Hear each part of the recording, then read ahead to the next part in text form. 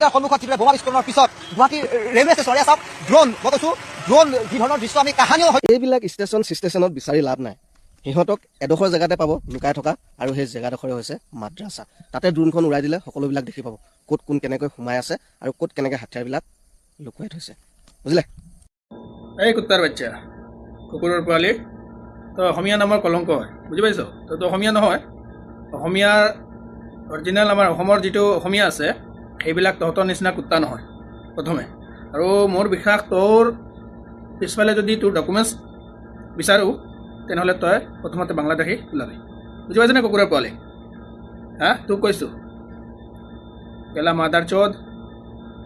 মাদ্ৰাছাত কি পাবি মাদ্ৰাছাত?